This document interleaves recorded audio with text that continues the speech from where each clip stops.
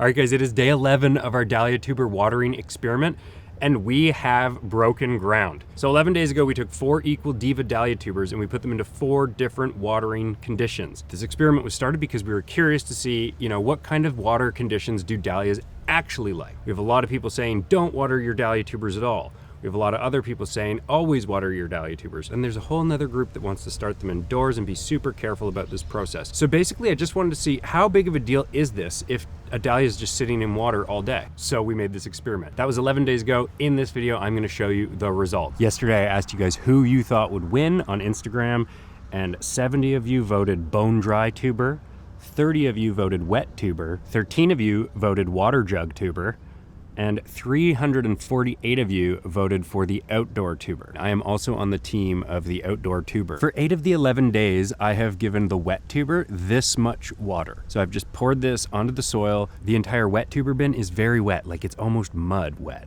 The bone dry tuber was in bone dry soil, and that has not changed. Both the wet tuber and the bone dry tuber sat inside at around a consistent 20-21 degrees Celsius. Okay, so let's check out our results. This is the water tuber. This is the tuber that sat in water the whole time. You can see here, it did not do very well. It originally started by kind of floating in the middle, not sinking or floating. And now you can see it is fully floating on the top. It's lost all of its zest for life. And the purple sprout has now gone pale white. I didn't change this water. It smells really bad. If I smell it, I'll gag. That was gross. So not growing, but also not rotted. It looks like it's still solid. I'm gonna leave it in there. I'm not gonna take it out because we're gonna keep this experiment running to see who's second place. Okay, the second tuber is the bone dry tuber. And if you were in favor of the bone dry tuber, I hate to break it to you, but we have no sproutation happening. So not even a little bit of a soil break, it is just flat, no action from the bone dry tuber, which is kind of shocking because, I thought it would be okay in this, but I think it probably thinks it's just sitting in storage medium. And so it's probably sitting dormant, but I don't know. And I'm not gonna dig it up yet because we're gonna keep the experiment going for a few more weeks. And so we can compare who's second place, who's third place, and then we'll dig them up and we'll have a look at things. So no action from the bone dry tuber. If that was your pick, sorry. All right, here's where things get pretty crazy with our third tuber.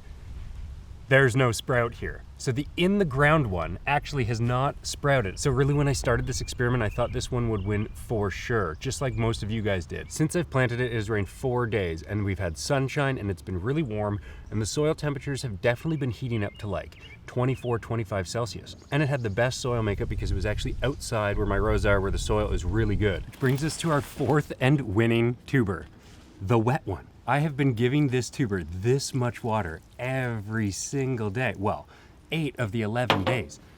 Look at how wet it is. It's soaked. But sure enough, we have a sprout. And when I'm saying this soil is like mud, I'm not kidding. Check it out. I'm just gonna take some.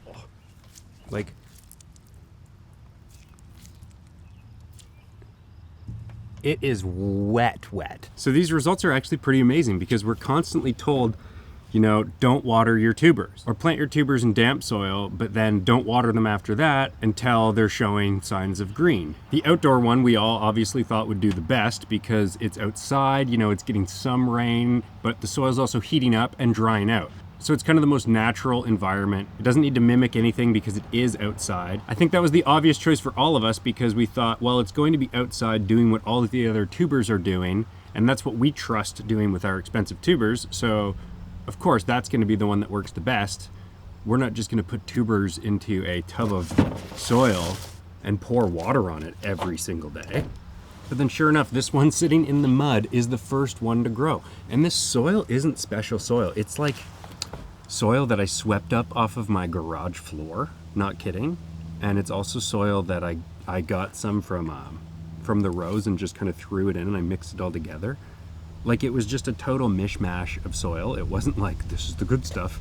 And then there's 2 sprouts, not one, but 2 sprouts that are happening. You can see one here and then one here.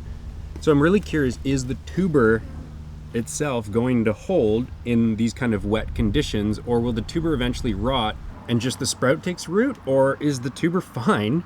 And this whole theory that they can't sit in super wet soil is actually maybe a little misunderstood. I'll be the first to say that I did not expect the one that we're pouring water on, to do the best at all. I didn't even really have much hope for it. Like, it is so wet. It stinks, it's so wet. So I can't actually believe that this one is our winner. But what we're gonna do now with the rest of the experiment, we're gonna do another week, maybe 2 weeks, until we have another sprout that's popped up, and then I'll do another update video, and we'll compare where this one's at. I'll keep doing exactly what I'm doing. I'll pour water on it every day or every other day. More, I guess, now that it's growing. And I'll keep it inside until it's big enough that it needs to be outside just for the sake of the plant. I'll keep the bone dry one inside, and I'll keep it bone dry. The other one will still be outside growing. And when one of them pops, I'll tune back in with another video, and we'll check the status on everything. And we'll do this a few times until we all get sick of it. And guys, let me know what you think down in the comments about this experiment, because these results were not what I was expecting. Thanks for watching. I'll see you in the next update.